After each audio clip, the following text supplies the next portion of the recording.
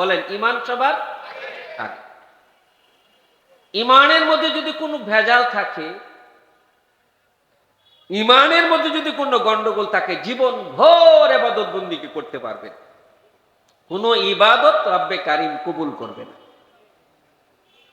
এই জন্য ইমান হতে হয় নির্ভেজাল। ইমান কি বলেন আমার সাথে, ইমান কি? নির্ভেজাল ইমান। আমি ছোট্ট একটা উদাহরণ দেওয়ার পরে এরপরে সামনে চলে যাব। আপনি জমিতে চাষ করলেন, সেচ দিলেন, সার দিলেন, গোবর দিলেন, সব দেওয়ার পরে যখন জমি বাইন করেন, সিদ্ধ ধান বাইন করছেন, ফসল কেমন হইব? কথা বলেন আপনারা। ভুল কয়টা করছেন বলেন, কয়টা ভুল?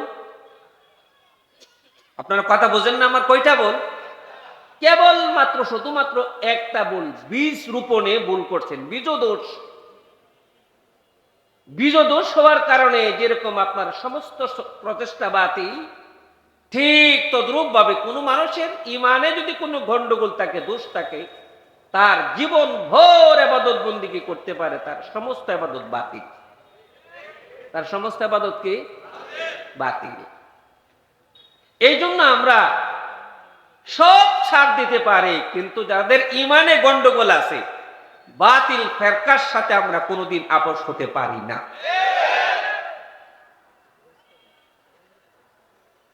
এবার হলো ইমানের মৌলিক মোট বড় বড় 10টা আলোচনা আছে।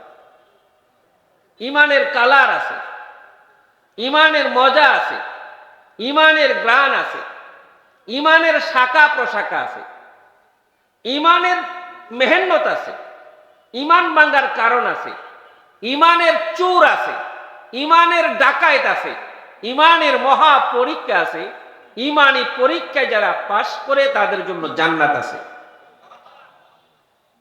আমি কি মনে করেন 10টা কথা বলার সুযোগ আছে নাকি? সুযোগ নাই, শুধুমাত্র কেবলমাত্র একটা অংশ বলি। আমাদের সবাই আমরা জানি নমাজ ভাঙ্গার কারণ আছে। ছোট্ট একটা মক্তবের ছাত্র জিজ্ঞাসা করলে বলতে পারবে নমাজ ভাঙ্গার কারণ কয়টি? নমাজ ভাঙ্গার কারণ কয়টি? 19টি। বলেন নমাজ ভাঙ্গার কারণ কয়টি? 19টি। উযু ভাঙ্গার কারণ কয়টি? 7টি। মাশাআল্লাহ। কিন্তু যদি বলি ইমান ভাঙ্গার কারণ কয়টি, তাহলে বহু মুসলমান ইমান ভাঙ্গার কারণ জানে না। ইমান ভাঙ্গের মোটামুটি বড় বড় কারণ আছে 30টি। ইমান ভাঙ্গার বড় বড় কারণ কয়টা আসে? 30টি বড় বড় কারণ আছে ইমান ভাঙ্গার কারণ। আল্লাহর জাতের সাথে, আল্লাহর সিফতের সাথে, আল্লাহর ইবাদতের সাথে, আল্লাহর আদতের সাথে কেউ যদি কোনোভাবে শিরিক করে, সাথে সাথে তার ইমানটা ভেঙে যায়। আর কোন মানুষের ইমান যখন নাকি ভেঙে যায়, ওমা ইশরিক বিল্লাহ ফাকাদ হাবিতা আমালুহু ওয়া হুয়া ফিল আখিরাতি লামিনাল খাসিরিন, 70 বছর পর্যন্ত ইবাদত বন্দেগী করছে, যেই মাত্র তার ইমানটা ভেঙে গেল, আল্লাহর জাতের সাথে হোক, সিফতের সাথে হোক, ইবাদতের সাথে হোক, আদতের সাথে হোক, কোন রকম যখন শিরিক করে 70 বছরের সমস্ত ইবাদত তার বাতিল হয়ে যায়। নাউজুবিল্লাহ বলবেন না? তাইলে ইমান ভাঙ্গার যে কারণগুলি আছে, এটা কি সহজ না মারাত্মক কঠিন? মারাত্মক একটা জিনিস। আমি সবগুলির উদাহরণ যেহেতু দিতে পারবো না, কেবলমাত্র শুধুমাত্র একটার উদাহরণ দেব। সেটা কি? আমাদের দেশে হিন্দু বসবাস করে না? কথা বলেন আমার সাথে। করে। হিন্দুরা সৃষ্টিকর্তা বিশ্বাস করে, করে কি না? সৃষ্টিকর্তারে খুশি করার জন্য 12 মাসে 13টা পূজা করে। হিন্দুরা পরকাল বিশ্বাস করে। হিন্দুরা স্বর্গ নরক তথা জান্নাত জাহান্নাম বিশ্বাস করে। আপনারা বলেন তো, হিন্দুরা কি মুমিন? কেন? তারা কি সৃষ্টিকর্তা বিশ্বাস করে না? তারা কি পরকাল বিশ্বাস করে না? জান্নাত জাহান্নাম বিশ্বাস করে না? করার পরও তারা মুমিন না কেন? তারা অনেক প্রভুর ইরার সাথে শিরিক করে, শরীক করে, ঠিক না বেঠিক? শরীক করার কারণে হিন্দুরা হইল মুশরিক। বলেন, শরীক করার কারণে হিন্দুরা কি? যেই কাজ হিন্দুরা করে এই কাজ যদি কোনো মুসলমানে করে তার ইমান থাকবো না ইমান ভাঙবো? তাহলে একটা উদাহরণ, হিন্দুরা তাদের ধর্মগুরুর পুজো করার জন্য সুন্দর করে মন্দির বানায়, আমরা আমাদের অলিদের মাজারে পূজা করার জন্য সুন্দর করে মাজার বানাই। হিন্দুরা তাদের ধর্মগুরুকে শাড়ি কাপড় দিয়া ডাকে, আমরাও আমাদের মাজারকে দামি চাদর দিয়া ডাকি। হিন্দুরা তাদের মন্দিরে সন্ধ্যাবাতি ধরা, আমরা আমাদের মাজারের মধ্যে বড় বড় মোমবাতি ধরাই। হিন্দুরা তাদের মূর্তির সামনে গিয়া প্রণাম করে, আমরা এত নিকৃষ্ট মুসলমান, আমরা মাজারে গিয়া প্রণামও করি, সেই দাও দেয়। হিন্দুরা তাদের মন্ত্রীর সামনে গিয়া প্রার্থনা করে গিয়া বলে, মা সরস্বতী, মা দুর্গা, মা এরকম তো এরকম, আমারে ধনী বানিয়ে দাও, বিয়ের ব্যবস্থা করে দাও, অর্থনীতি সবল করে দাও, রোগ মুক্তি করে দাও। আমরাও গিয়া বলি, বাবা সন্তান দাও। আরে বলি কি বলি না? আমরাও গিয়া বলি বন্ধু সন্তান দাও। হিন্দুরা গিয়া বলে, মা তুমি আমারে নির্বাচনে পাশ করে দাও। আমরাও গিয়া বলি, বাবা তুমি নির্বাচনে পাশ করে দাও। বলি কি বলি না? হিন্দুরা তাদের মূর্তির সামনে রাত ভোর তারা কীর্তন করে, আমরাও বাজারের মধ্যে মারেফতের বড় বড় সম্রাট আইন না, মমতাজ রাইন না, রাত ভোর আমরা কাওয়ালি গাওয়াই। হিন্দুরা সকাল বেলা সারা রাত ভোর তারা কীর্তন করার পরে সকালবেলা মহাপ্রসাদ বিতরণ করে, আমরাও সকালবেলা তাবারক বিতরণ করি। এবার আমি বলবো আপনারা তার জবাব দিবেন। হিন্দুরার হইল মন্দির, আমাদের মাজার, তাদের শাড়ি কাপড়, আমাদের হইল গিলাপ, তাদের হইল সন্ধ্যাবাতি, আমাদের মোমবাতি, তাদের প্রণাম, আমাদের সেজদা, তাদেরও প্রার্থনা, আমাদেরও প্রার্থনা, তাদের কীর্তন, আমাদের কাওয়ালি, তাদের তাবাররুক, তাদের হইল প্রসাদ, আমাদের তাবাররুক। বেশ কম কই? কথা বলেন আপনারা? বেশ কম নাই? হ্যাঁ, আরো বেশ কম আছে। তারা তাদের মন্দিরের মধ্যে গাঞ্জার আসর বসাই না, আমরা আমাদের মাজারের মধ্যে গাঞ্জার আসর বসাই। তারা নারী পুরুষ একাকার হয়ে নাচানাচি করে না, আমরা আমাদের আল্লাহর ওলিদের মাজারের মধ্যে নারী পুরুষ একাকার হয়ে নাচানাচি করি।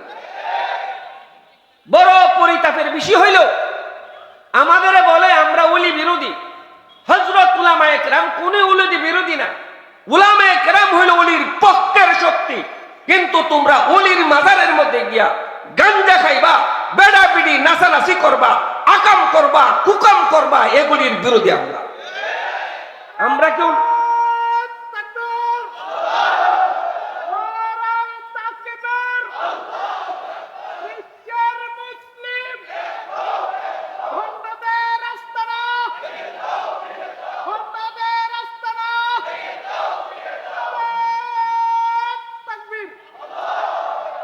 কি বলেন? আমরা কি ওলি বিরোধী? বলেন আমরা কি ওলি বিরোধী? আমরা গাঞ্জার বিরোধী, আমরা নাচের বিরোধী, ঠিক না বেঠে? আমরা গানবাদ্যের বিরোধী, আমরা ওলি বিরোধী না। তাহলে বলতেছিলাম ইমানের সবকটি আলোচনা বলা সম্ভব না, কেবলমাত্র শুধুমাত্র একটা বললাম, বাকির আপনারা বুঝে নিতে হবে। 2 নম্বর হলো ইমানের বিরাট বড় বড় পরীক্ষা আছে। ইমানের কি আছে? শুধু একটা পরীক্ষা কই আমার দ্বিতীয় আলোচনার মধ্যে চলে যাব। হযরত হুযায়ফা ইয়ামানী রাদিয়াল্লাহু তাআলা আনহু আল্লাহ রাসূলের হাতে গড়া সাহাবী 70 জনকে লয়ে এসেরা দাওয়াতি মিশন নিয়া, ইনকিলাবী একটা বিপ্লব নিয়া দাওয়াতি মিশন নিয়ে চলে গেলেন রোম সম্রাটের দেশে। যেই মাত্র রোম সম্রাটের কাছে গেছেন, যাওয়ার পরে রোম সম্রাট ওনারে গ্রেফতার করে ফেলল। আল্লাহ রাসূলের হাতে গড়া সাহাবী 70 জনকে যখন নাকি গ্রেফতার করে ফেলল, গ্রেফতার করার পরে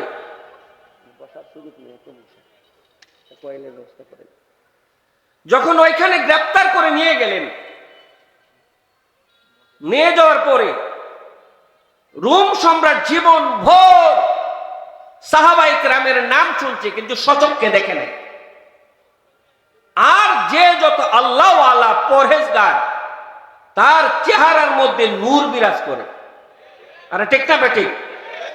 তাহলে আল্লাহ রাসূলের হাতে গড়া সাহাবী, না জানি তাদের চেহারার মধ্যে কি নূর বিরাজ করত। হযরত হুযায়ফাতুল ইয়ামানী রাদিয়াল্লাহু তাআলা আনহুকে যখন বাদশার দরবারে নিলেন, বাদশার দরবারে নেওয়ার পর হুযায়ফাতুল ইয়ামানীর সাথে যখন নাকি কথা বললেন, বাচ্চা হুযায়ফাতুল ইয়ামানীর চেহারা দেখা তার চেহারার মধ্যে নূর বিরাজ করতেছে। এত প্রাঞ্জল ভাষায় আপনার কথা বলে বাদশার মন আকর্ষণ করে ফেলছে। বাদশা বলে, হুযায়ফা রে, এ যাবৎ কাল জীবনে কত যুবক দেখলাম, কিন্তু তোমার মতো দীপ্তময় চেহারার যুবক আমার জীবনে কোনোদিন ধরা পড়ে নাই। আমার একটা প্রস্তাব মানলে তোমার কপাল খুলে যাইব। বলে, কি প্রস্তাব? তুমি যদি খ্রিস্টান ধর্ম গ্রহণ করো, প্রথম নাম্বার পুরস্কার হইল আমার মেয়ে তোমার কাছে বিয়ে দিব। দ্বিতীয় নাম্বার আরেকটা বড় পুরস্কার হইল আমার একটা প্রদেশের গভর্নর তোমারে বানিয়ে দিব। কি মনে করেন, প্রস্তাবটা ছোট না বড়? প্রস্তাব ছোট না বড়? আমরা তো ইলেকশন আইছে 500 টাকা দিয়ে ইমান বেচালাই। আরে ঠিক না ঠিক? 500 টাকা দিয়ে ইমান বেচবো। হুযায়ফাতুল ইয়ামানী বললে, ও বাদশা, আমি আপনার কাছে বন্দী, এই জন্য আপনি আমার ছিনিমিনি ইমান নিয়ে ছিনিমিনি খেলতেছেন। আপনি ভালো করে শুনে রাখুন, আপনার রাজত্বটা ছোট, এই পৃথিবীটা যত বড়, 10টা পৃথিবীও যদি আমার পায়ের নিচে ঢেলে দেওয়া হয়, আমি হুযায়ফা কোনোদিন আমার ইমান বিক্রি করব। বলে, ইমান বিক্রি করবে না? আমার সামনে তুমি চক্রাঙ্গায় কথা বলো, আমি বিশ্বের পরাশক্তি, জল্লাদ কোথায় যাও, তাকে ফাঁসির কাষ্ঠের মধ্যে ঝোলাও। যেই মাত্র ফাঁসির হুকুম দিল, সাথে সাথে হযরত হুযায়ফাতুল ইয়ামানী আবার মুস্কি মুস্কি হাসতেছে। বাদশা তো আলো আশ্চর্য হয়ে গেল। আমি দিলাম ফাঁসির হুকুম, আমি মনে করছি সে প্রাণ ভিক্ষা চাইবে, কিন্তু সে প্রাণ ভিক্ষা না চাইয়া সে হাসতেছে। আমার ব্যাপারটা বুঝে আসে না। জিজ্ঞাসা করলো, হুযায়ফা, আমি তোমারে হত্যার হুকুম দিলাম, ফাঁসির কাষ্ঠে ঝুলাইবে, আর তুমি কিন্তু ফাঁসির কাষ্ঠে ঝুলবা না, তুমি হাসতেছো কারণ কেন? হযরত হুযায়ফাতুল ইয়ামানী বলল, ও বাদশা, জীবন ভোর আল্লাহর কাছে দোয়া করছে, আল্লাহুম্মা রযুকনা শাহাদাতান ফি সাবিলিক। রব্বে কারীম, বিছানায় পড়ে মওত দিও না, যাতে শাহাদাতের মওত আমি দুনিয়াতে হয়ে যেতে পারি, শহীদ যাতে হতে পারি। কেন শহীদ হব? ওয়ালা তাকুনু লিমা ইয়াকতালু ফি সাবিলিল্লাহি আমওয়াত বাল আহইয়া ওয়ালাকিন লা তাশউরুন। দুনিয়ার মধ্যে যারা শাহাদাত বরণ করে, রব্বে কারীম দেখা বলে তাদের তোমরা মৃত বললো না, তারা জিন্দা, মরতে দেরি হয়, তারা সাথে সাথে আল্লাহ তৈরি জান্নাতে যাইতে দেরি হয় না। এতএব সারা জীবন ভোর আল্লাহর কাছে তামান্না করছে, আল্লাহ যাতে আমারে শহীদ করে। আজকাল যে শহীদ হইতে পারতেছি, এই জন্য আমি আসতেছি। বলে, তুমি মওতকে বই পাও না, তাইলে তোমার সাধারণভাবে তোমাকে মওত দেওয়া হবে না। ওই জল্লাদ কোথায় যাও, তৈল গরম করো। এবার তৈল ফুটন্ত বিশাল কড়াইয়ের মধ্যে যখন তৈল গরম করলো, হযরত হুযায়ফাতুল ইয়ামানী রাদিয়াল্লাহু তাআলা আনহু একজন সাথী, উনাকে সেরা যেই মাত্র আল্লাহ রাসূলের সাহাবীকে তৈলের মধ্যে নিক্ষেপ করলো, সাথে সাথে আল্লাহ রাসূলের সাহাবী মাছের মতো ভাজা হয়ে গেল। এই দৃশ্য দেখার পর হুযায়ফাতুল ইয়ামানী আবার জোর করে কাঁদতে আরম্ভ করলো। বাদশা বলল, হুযায়ফা, চোখের সামনে দেখছো তোমার সাথী কিভাবে মাছের মতো ভাজা হয়ে গেছে, তোমার এবার পালা, তুমি আবার চিন্তা করে বলো। হুযায়ফাতুল ইয়ামানী বলে, বাদশা রে, আমি আমার প্রাণের ভয়ে কান্না করতেছি না, আমি একটা তামান্নার জন্য কান্না করতেছি। বলে, কি তামান্না? একটু আগে যে সাহাবী দুনিয়াতে বিদায় হয়ে গেছে, তার সাথে আমার একটা নীরব প্রতিযোগিতা ছিল। সে যদি 4 রাকাত তাহাজ্জুদ পড়তো, আমি 8 রাকাত তাহাজ্জুদ পড়তাম। একবার আল্লাহ রাস্তায় গেলে আমি 2 বার আল্লাহ রাস্তায় যাইতাম। 1 টাকা দান করলে আমি 2 টাকা আল্লাহ রাস্তায় দান করতাম। নেকের প্রতিযোগিতার মধ্যে জীবনে সে কোনোদিন আমার হারাইতে পারে নাই। আজকে যে আগে শাহাদাত বরণ কইরা আমারে হারাইয়া আগে জান্নাতে চলে গেছে, এই জন্য আমি কাঁদতেছি। সাহাবায়ে কেরাম কি করতেন? আপনার মওতের প্রতিযোগিতা করতেন, যাতে আগে জান্নাতে যেতে পারে, যাতে আগে জান্নাতে যেতে পারে। আপনারা দেখছেন না ইমান? কুরআন খুলে দেখুন, হযরতে আসিয়াকে, সে ছিল মিশরের রানী, যার পা জীবনে মাটি স্পর্শ করে নাই, মকমল বিছানা ছাড়া জীবনে সই নাই। সেই আসিয়াকে ঈমানের জন্য যখন চাবুক মারতে মারতে ক্ষত বিক্ষত করে ফেললো, আসিয়া আস্তে করলো, বলল হামান চাবুক মারতে মারতে মারতে মারতে শরীর থেকে প্রাণ বাহির করতে পারবে, কিন্তু শরীর থেকে ঈমান বাহির করতে পারবি না। প্রাণ বাহির করতে পারবে কিন্তু ঈমান বাহির করতে পারবি না, কারণ ঈমান এত বড় দৌলত। বলো তাই নাকি? এবার এবার এবার তো ফেরাউন বললো কাজ কর, যখন সহজ হবে না আসিয়ার ফাঁসির ব্যবস্থা কর। এ যুগের ফাঁসি আর আগের যুগের ফাঁসির মধ্যে বেশ কম ছিল। আসিয়ার দুটো হাতের মধ্যে পেরাক মারলো, পায়ের মধ্যে পেরাক মারলো। পেরাক মারার পরে একজন সুন্দর আপনার সম্ভ্রান্ত মুসলিম মেয়ের গায়ে থেকে পোশাকটা খুলে ফেললো। পোশাকটা যখন নাকি খুলে ফেললো, এবার বললো নমরুদ কাজ কর, আমার চোখের সামনে তার চামড়া তুলে দে, চামড়া গুলি তুলে ফেল। আস্তে করে আসে বলো রাব্বিবনি ইনদাকা বাইতান ফিল জান্নাহ, আল্লাহ ঈমানের বদৌলতে আপনি তো আমাকে জান্নাত দিবেন, দয়া করে মেহেরবানি করে জান্নাতটা আমার চোখের সামনে তুলে ধরেন, যাতে জান্নাতটা দেখতে দেখতে দুনিয়াতে বিদায় হতে পারে। আসমানের মালিক আল্লাহ জিব্রাইলকে ডেকে বলেন, ও জিব্রাইল, আমার আসিয়া রাজত্ব চারলো, রানীগিরি চারলো, সব চারলো, কিন্তু ঈমান চারলো না। যা তার সব চোখের সামনে জান্নাত তুলে ধর। আসিয়ার চোখের সামনে জান্নাত তুলে ধরলো। আসিয়া জান্নাত দেখতে দেখতে দুনিয়াতে বিদায় হয়ে। সব ছাড়ে কিন্তু ঈমান ছাড়ে না, সব ছাড়ে কিন্তু ঈমান ছাড়ে না। হুযায়ফাতুল ইয়ামানি বলল, আমি এই জন্য কাঁদতেছি না, কাঁদতেছি আমার আগে জান্নাতে চলে গেছে, এই জন্য আমি কাঁদতেছি। বাদশা তো আরো অভিভূত হয়ে গেলেন, আরে তোমরা মওতকে এত পছন্দ করো? বলে হ্যাঁ, আমরা মওতকে এত পছন্দ করি, রফিকে আলার ডাকে সাথে যদি মিলিত হতে পারি এর চেয়ে বড় আর পছন্দ হবে না।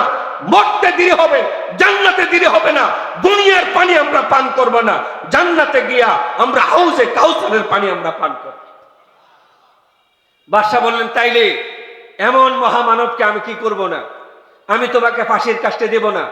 যাও, তুমি যদি আমার কপালে একটা চুম্বন দিতে পারো তাইলে আমি তোমাকে ছেড়ে দিব। হুযায়ফাতুল ইয়ামানি বললেন, আমি একা প্রাণ বাঁচাবার জন্য কাট্টা কাফেরের কপালে চুমু দিতে পারি না। তবে হ্যাঁ, আল্লাহ রাসূলের 70 জন সাহাবী আপনার কাছে বন্দী, আপনি যদি ওয়াদা করেন আমি আপনার কপালে চুমু দিলে 70 জনকে ছেড়ে দিবেন, তাইলে আমি চুমু দিতে পারি। বাদশা বললেন, যাও, আমি ওয়াদা করলাম। হুযায়ফাতুল ইয়ামানি উনার পবিত্র রুমালটা বাদশার কপালে রাইখা সেখানে একটা চুম্বন দিয়া 70 জন সাহাবী লইয়া মদিনাতুর রাসূল খলিফাতুল মুসলিমিন হযরত ওমর রাদিয়াল্লাহু দরবারে গিয়ে হাজির হয়ে গেলেন। সব ছাড়লেন, ইমানি পরীক্ষার মধ্যে ন্যূনতম ছাড় নেই, ঠিক না বেটে? এই জন্য ইমানটা সবার আগে। এবং কি ইমান কি সবার? তাহলে 1 নম্বর হলো 5টা মৌলিক জিনিসের মধ্যে 1 নম্বর হলো ইমান। বলেন 1 নম্বর কি? ইমান। 2 নম্বর হলো ইবাদত। বলেন 2 নম্বর কি? বলেন আমার সাথে, 2 নম্বর কি? ইবাদত। ইমানের পরে সবচেয়ে বড় গুরুত্বপূর্ণ জিনিস হলো ইবাদত। যেহেতু বিস্তারিত বলার সুযোগ নাই, আমি ইবাদতের অনেকগুলি অংশ আছে, সবগুলি বলবো না, শুধু একটা কথা আজকে বলবো। কয়টা কথা? বলেন আমার সাথে, কয়টা কথা? ইবাদত কবুল হইতে গেলে, আল্লাহর নিকট যদি কেউ ইবাদত কবুল করতে চায়, মোট 7টা জিনিস লাগে। কয়টা জিনিস? বলেন আমার সাথে, কয়টা জিনিস লাগে? 7টা জিনিস লাগে। যার ইবাদতে 7টা জিনিস আছে তার ইবাদত আল্লাহর নিকট কবুল হবে। যার ইবাদতে 7টার মধ্যে একটা জিনিস নাই তার ইবাদতের বাতিল। তার ইবাদত কি? বলেন আমার সাথে, তার ইবাদত কি? বাতিল।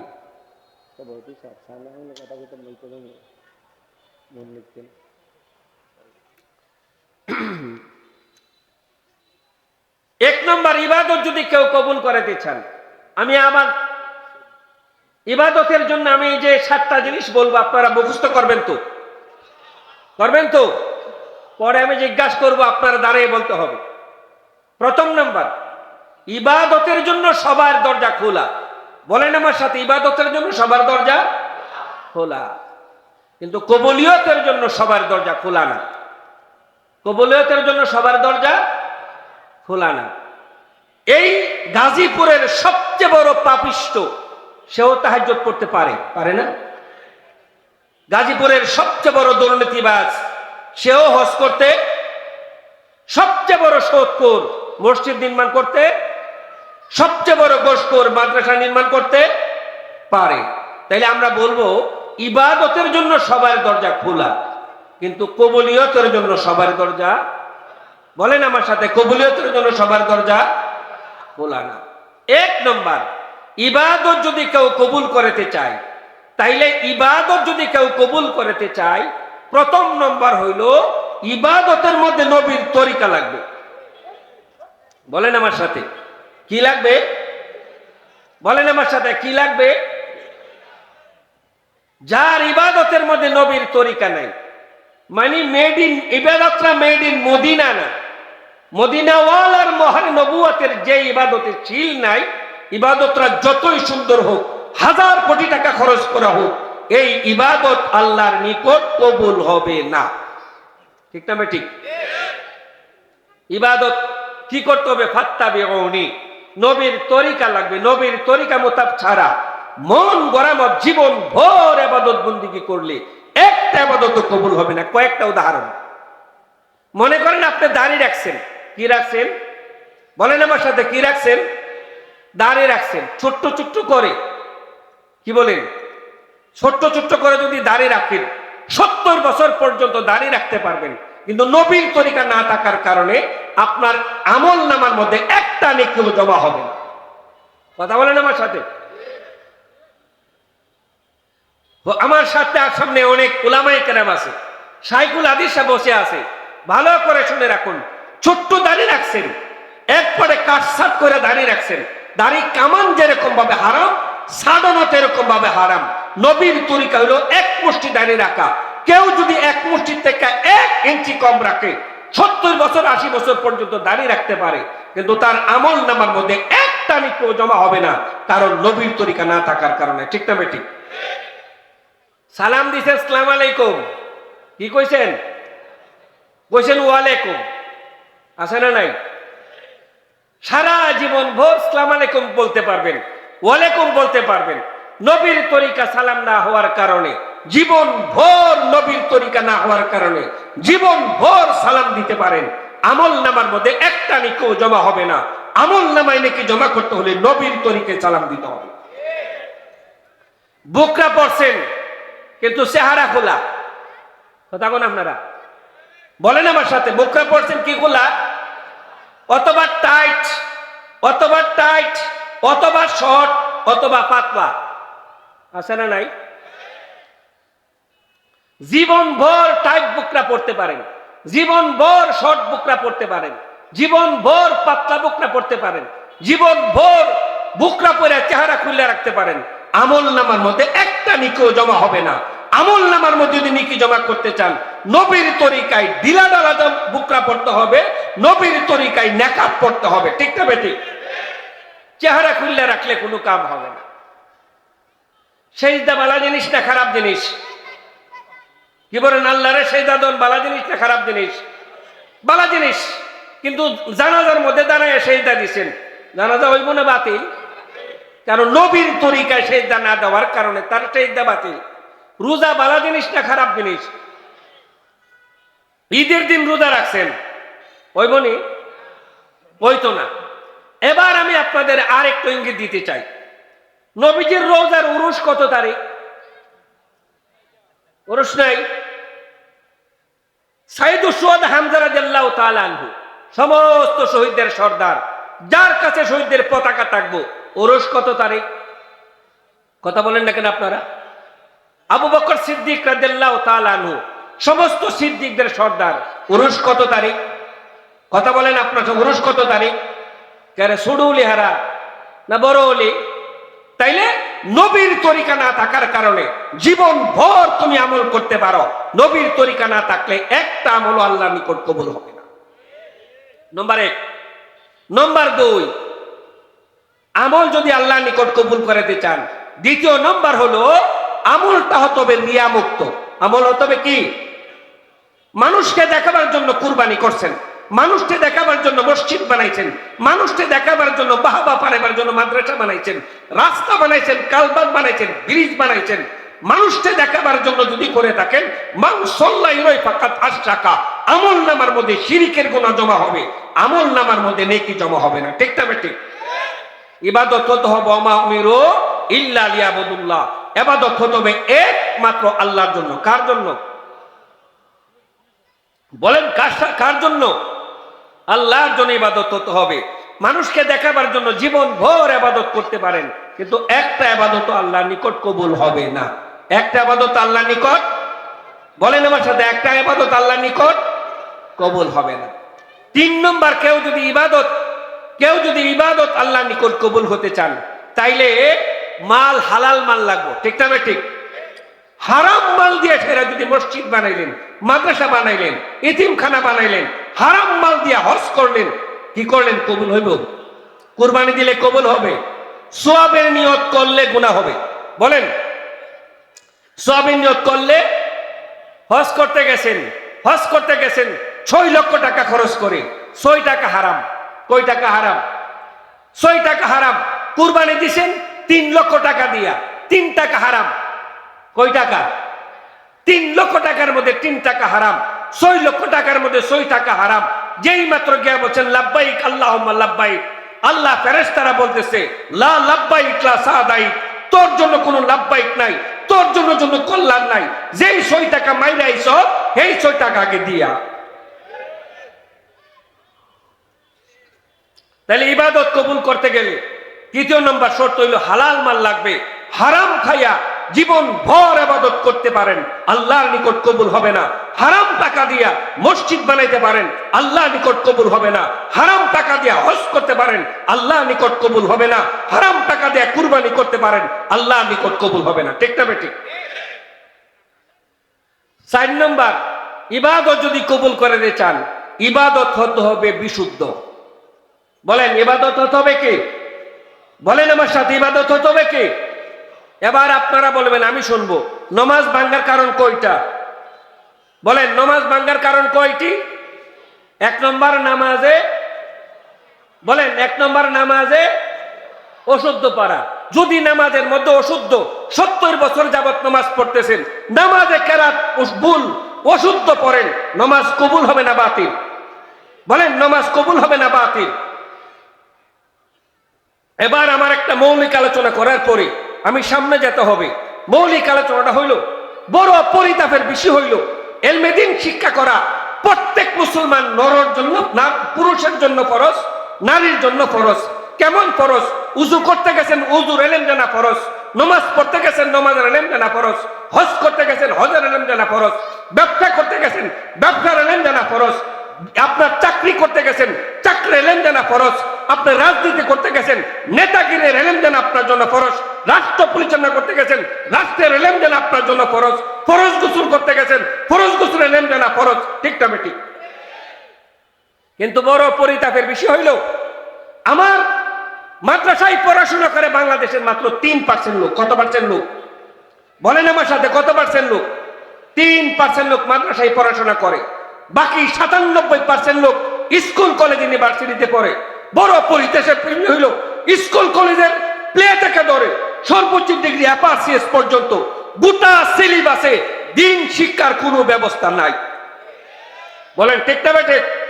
গোটা সিলেবাসে দিন শিক্ষার কোনো ব্যবস্থা নাই, যার কারণে আপনার ছেলেটা জিপে 5 পেতে পারে, গোল্ডেন পাইতে পারে, আপনার ছেলেটা সবকিছু করতে পারে, কিন্তু তার দোয়া কোনো জিজ্ঞাসা করলে পারে না, আত্মাহিত জিজ্ঞাসা করলে পারে না। বাবার জানাজার মধ্যে দাঁড়াইয়া কিভাবে আল্লাহর সাথে ডিসকাস করতে হবে, কিভাবে আল্লাহর সাথে মোকালামা করতে হবে, বাবাকে আল্লাহ দরবারে কিভাবে সুপর্দ করতে হবে, বহু অফিসার ছেলেও জানে না। আরে ঠিক না ঠিক? জানে না কেন? সিলেবাসে নাই। বলেন, জানে না কেন? বলেন আমার সাথে, জানে না কেন? সিলেবাসে নাই। হযরত উলামায়ে কেরাম দেখলেন, মাত্র 3% লোক মাদ্রাসায় পড়াশোনা করে।